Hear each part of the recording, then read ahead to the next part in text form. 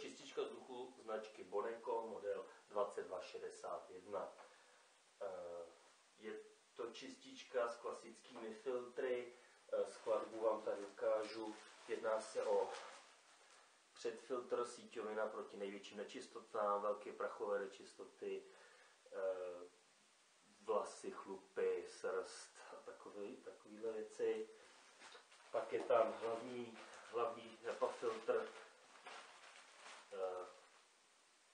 Takovéhle mocnosti znám širší, ale je hustý, je poctivý. K tomu je zvlášť uhlíkový filtr na pachy, plyny. Všechno je to seřazené za sebou, umístěno vevnitř čističky. Tady uvnitř.